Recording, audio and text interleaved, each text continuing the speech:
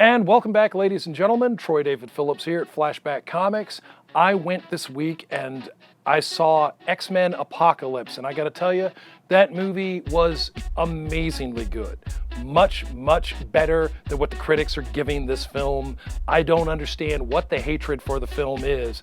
I thought it was magnificent, and Michael Fassbender's portrayal as Magneto was the single absolute best thing about it. The man deserves an Academy Award for Best Actor. Somebody tell him I said so.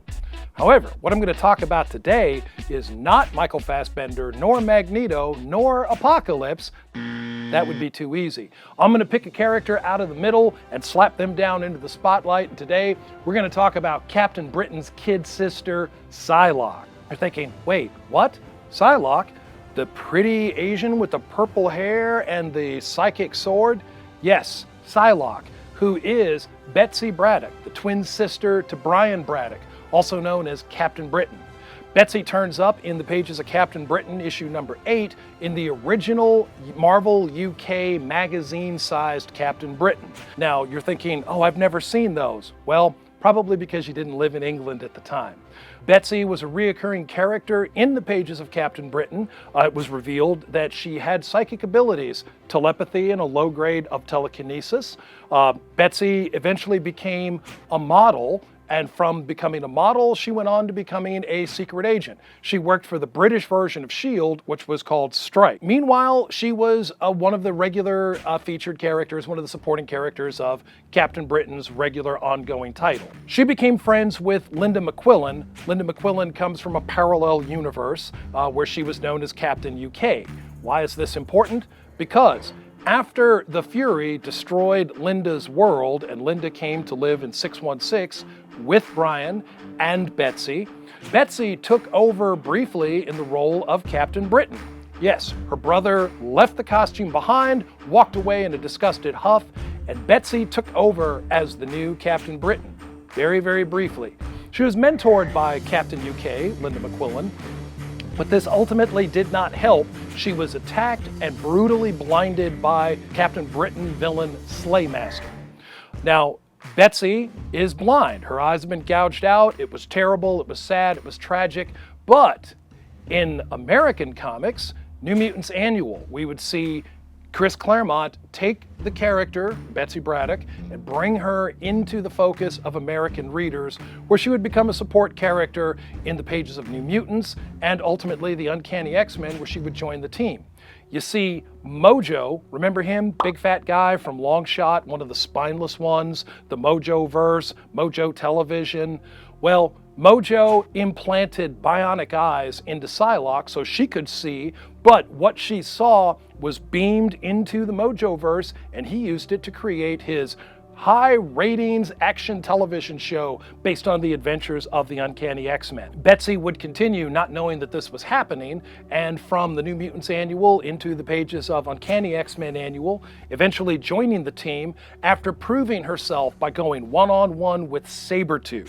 That's right, shortly after the Mutant Massacre, Betsy had to hold her own by herself with Sabretooth, and she did.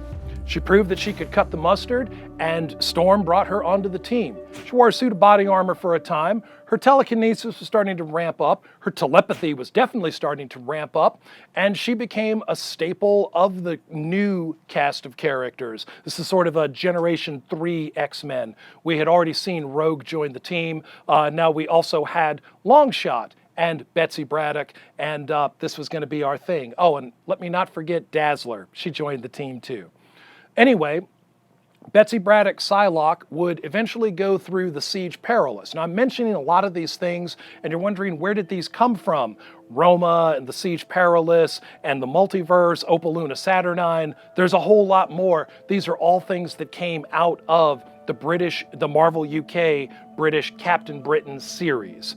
And these things were taken by Chris Claremont, who used to write Captain Britain, and woven into the mythology of the Uncanny X-Men. Going through the siege perilous, you are judged and given an opportunity at a new life. And when she went through, Betsy came out the other side, where she was reincarnated into an Asian woman's body. She was captured by the Hand, brainwashed, and turned into the Lady Mandarin. This gave her martial arts abilities on top of her psychic knife ability, the ability to turn her telekinesis into a physical weapon. Initially, they were quite small, but now she can manifest them as a full-on sword.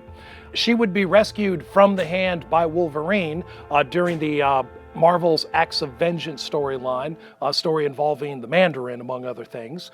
And Jubilee was there too. It was actually kind of cool. And then Psylocke would continue on in the pages of the Uncanny X-Men and then into the new team. Now, we all remember in the 1990s when the X-Men were relaunched with a new #1, no adjective, just X-Men, and Psylocke was on that team.